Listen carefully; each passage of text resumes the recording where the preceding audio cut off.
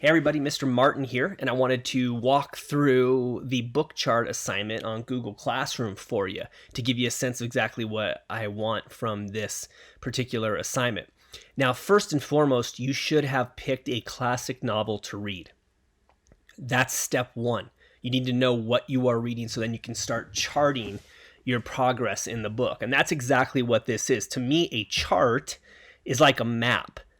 And it's a way to gauge and measure all of the steps you take to your ultimate goal, which in our case is finishing our novels.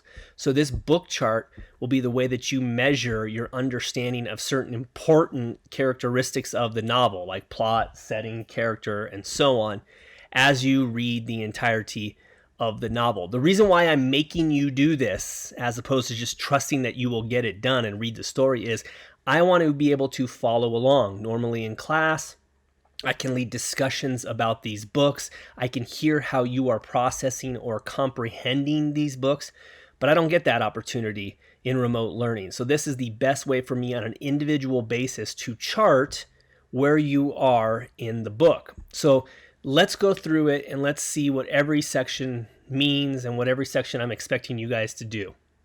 First and foremost, I said you have to pick the book. You are going to write in this section for me, right? You're going to fill that out. Tell me what book you are doing for your classics book chart. Then what I gave you is I gave you kind of a glossary for all of the terms that I'm going to have you fill out below: plot, setting, character, and structure.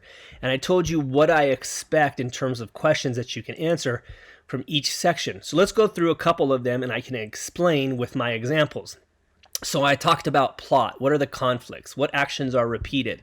And then we go into a plot diagram right below that on the second line. If we go down to where my example is, I did A Study in Scarlet, the Sherlock Holmes story.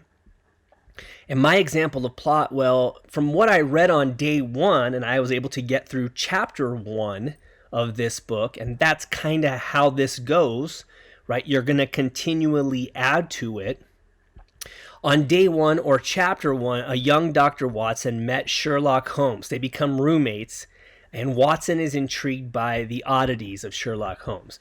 The conflict right now is unknown.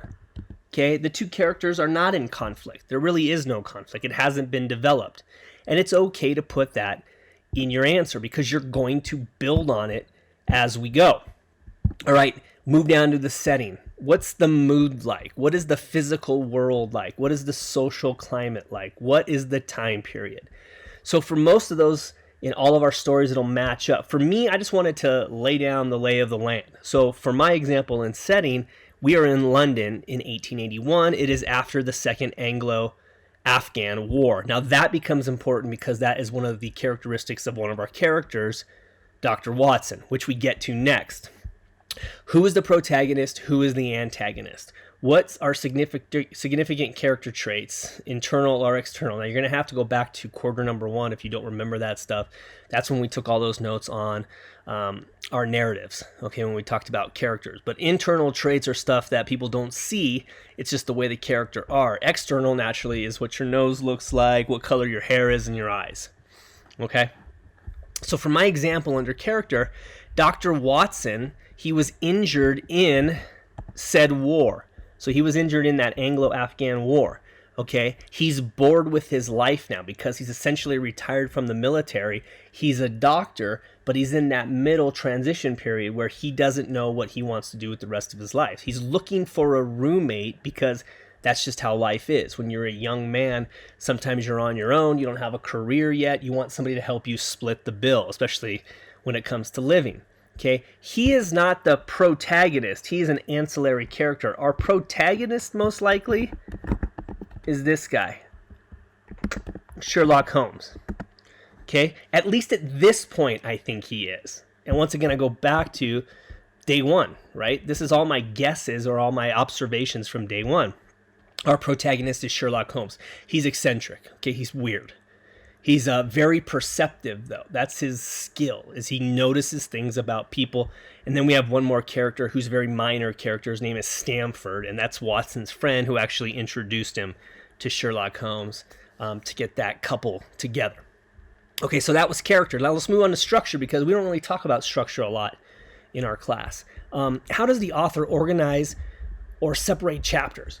So the reason why I did this is because there are a lot of books that have certain structure types that are really specific to their own books. Like if we talked about the life of Benjamin Buttons, the Curious Case of Benjamin Button, it's actually written chronologically from the first day of his life. But if you anything to know about that story, you know it's about a man who's born as an old man and reverses in age.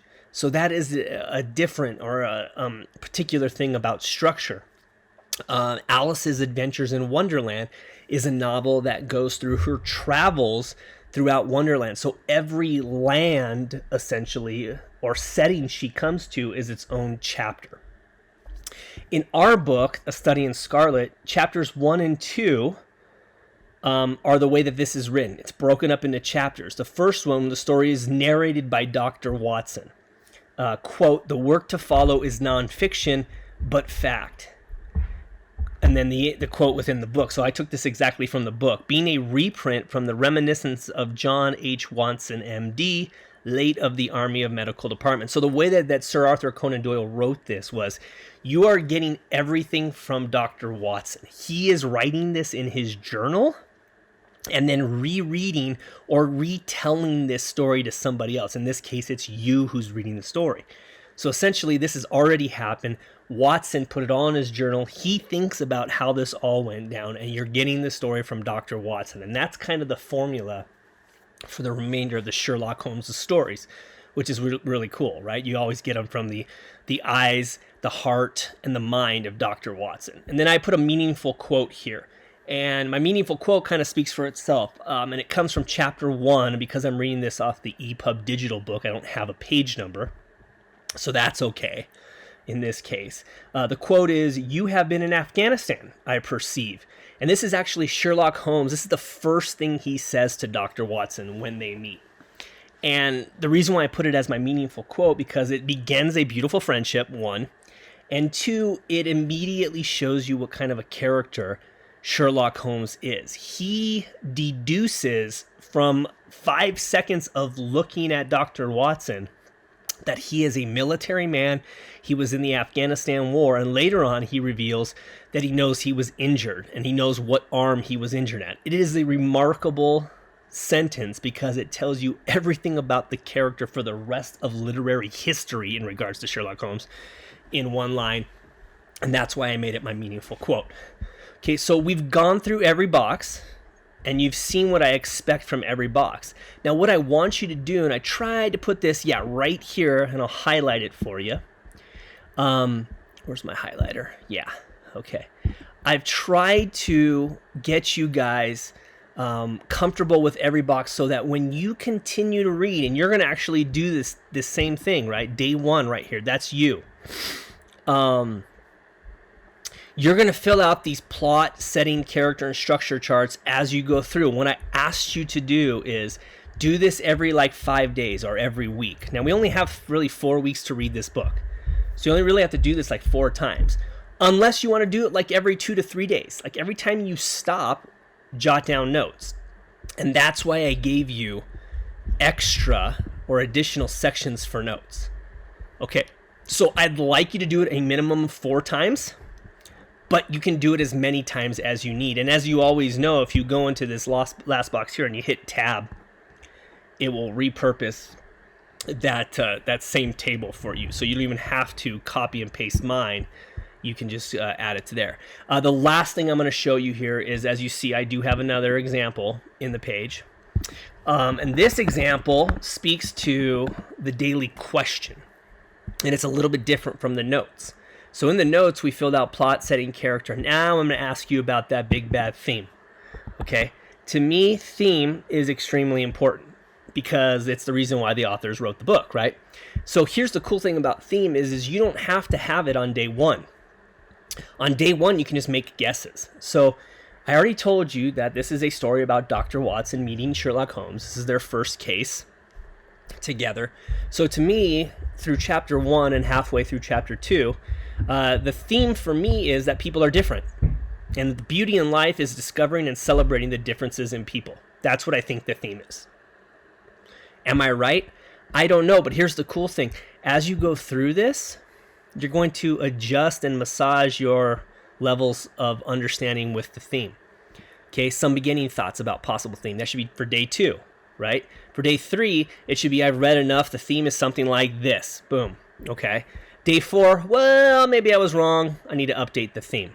And then 5, the book is almost over. So you can actually just skip to the parts that you need to go through on this and fill it out as you go. All right, that's the book chart. That's what I expect from you. This is essentially your way of telling me where you are in the book and telling me what you're pulling out of the book. So I want you to fill in and out as much as possible. I'm going to go in and check everybody's documents every once in a while to get a sense, and you're going to get notes from me. You're going to get emails from me in regards to what you said about your book chart. Okay? Any questions? You know how to get a hold of me.